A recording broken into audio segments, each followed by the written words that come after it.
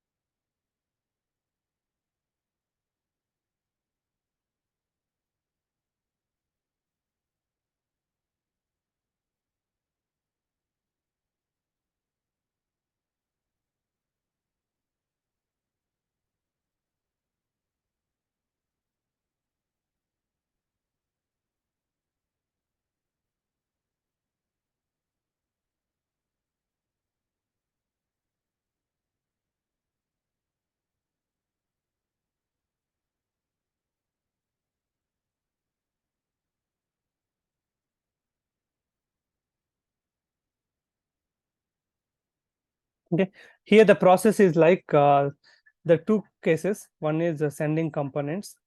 Okay, so the first process is sending components, and second one is receiving final product. Sending components and receiving final product. So sending components, you can see like okay.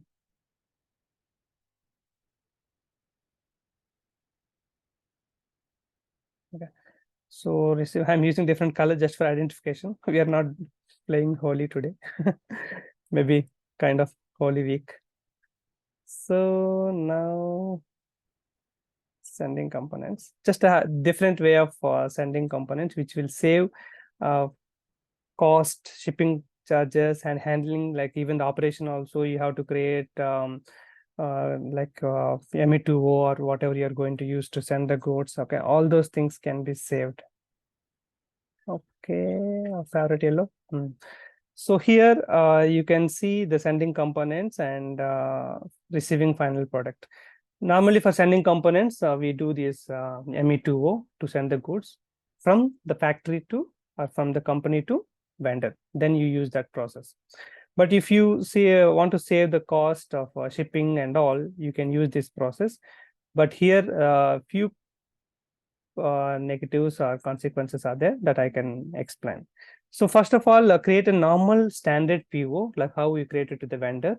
But in the delivery address, there is at the bottom, you will see a flag called SC vendor, subcontracting vendor. Put the checkbox and keep the subcontracting vendor so that the delivery address will be changed to subcontracting vendor address. Okay. So once the goods are received to the subcontracting vendor place, you have to perform the goods receipt based on your design, and based on if you have put one person, he's your major subcontracting vendor and he receives every day few goods receipts, then maybe you can allocate one SAP person, or else one person from your company sitting there, and he will do the performance of goods receipt. Once the goods receipt is goods are arrived, he can do verify and do the goods receipt, because every day tens of, or at least 5 or 6 10 purchase orders are receiving, so that you want to keep a person to ensure that stock, how much you are receiving, how much you are keeping everything. So based on the volume, you can take it. If you don't have a proper volume, then definitely we have to go with the relation. The subcontracting vendor has to tell that I received 95 pieces. Based on that, you can do the goods receipt in your office. Okay. So based on your volume and based on situations, you can take a decision. And once you have done the goods receipt, the stock will be at the subcontractor. Okay. Under O special stock, if you go to MMBE, you will see stock provided to vendor. Under that, you can see the stock. So components are received without any additional efforts. Vendor X has given to subcontractor. Maybe he is the vendor Y or subcontractor X. I'm just using vendor and subcontractor, both are almost same, and not almost same only, but here he is making your finished good or semi-finished good by assembling or by making by mixing, whatever, he is getting that product. In case of normal vendor word, we use it, he is giving you the directly the product without any kind of other things. You are paying $100, he is giving you the product like that. Maybe subcontractor X or subcontractor Y. So now components are available. So you will create subcontracting PO to your subcontractor, and he will directly send you the goods. Once you perform the goods, perform goods receipt against PO, then what kind of things will happen once you perform the goods receipt? Final product comes to the stock, and stock at subcontractor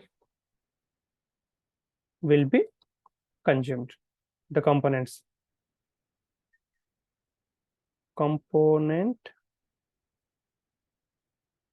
stock at subcontracting will be consumed.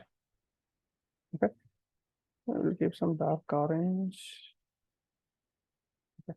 Stock at subcontracting will be consumed, and final product will be coming. So this is what happens when you do the process. Here only difference is we are not sending the components from the factory, and we are asking a vendor X to send the goods to subcontractor, so that it will save your time, and the materials are receiving. Then again, your warehouse member, the company's warehouse member has to go there and receive, keep it in the stock, and then again pick the goods and send to the subcontractor. This entire process of time, the cost will be reduced, the shipping charges will be reduced, and 2 times shipping. Receiving already you're paying to the main vendor, and again to send to them also, that cost will be involved. Okay, that can be reduced. And the handling time, for example, to receive the 100 pieces, they spend 2 hours of time, and sending the same 100 pieces to subcontracting, they will spend 2 more hours, 4 hours of time you are going to save. So all these kind of benefits will be there. Not kind of negative or kind of a consequence. Of pros and cons always will be there, any process, but we need to decide. The pros are 70%, 80%, consequences are 20%. Then you can take decision, because 100% pros we will not see in most of the cases. Okay, what are the consequences? Sometimes I saw in my experience of different clients. So the subcontractor receives 100 pieces, but he will say like 97 only received, or 2 pieces are damaged. What we do? Okay, you can scrap it. So these kind of issues may happen, but when you are having like a trustable subcontractor, you are having a long relation, this can be avoided. Okay, if you are having a huge kind of a volume of procurement with respect to subcontractor, then of course you can go for you can appoint one clerk, maybe any junior or kind of person who will sit there, and he will ensure that how much quantity is received. Yes, 98, then he will do the goods receipt. That can be done if you have a huge volume of subcontractor. You cannot keep every day 2-3 purchase orders are coming. You cannot keep a person to sit there, right? So that you need to have, based on the volume, a lot of quantities are getting received, then you can appoint, or else you can give that someone has to take care, and we can pay the charges of that receiving, verification, the insure and all. So from your side. So this is the way, this is one of the things, like most of the cases we receive, create subcontracting PO, send the components from the factory, ME2O, like that we learn, right? But here, this is the different way how you can send the components. Receiving a final product is same like what we learned in different videos. But sending components is a different way. So this will save the cost, shipping cost. It will save the handling and manpower. So a lot of benefits will be there. The consequences I told you, right? There may be reliability of the subcontractor. If they say anything, two pieces are missing or one piece, that vendor will say, no, I sent 100. He will say, like, I received 97. So these kind of things we need to handle properly. Then most of the profits are more, like the benefits are more in this process. I hope you learned different kind of sending components. You can practice in your system, and you would have already watched our subcontracting process with different scenarios. And keep learning, and always keep sharing knowledge with other videos, other trainer or other content creator videos, or else your own documents or videos. Be happy and be safe. Have a good day.